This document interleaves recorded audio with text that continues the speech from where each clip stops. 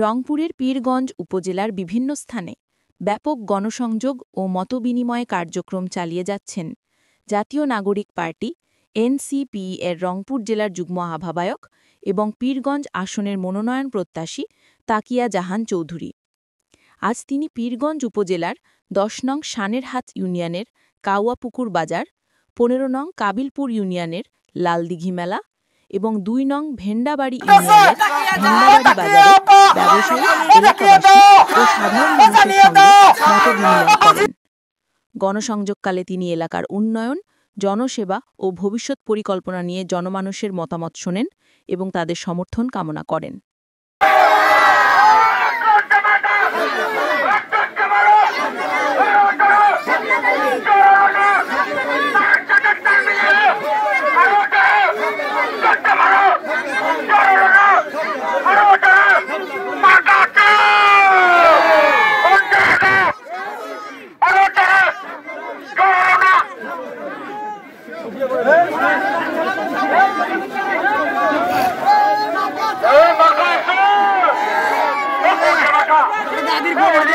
এটা দিও ভিডিও করো।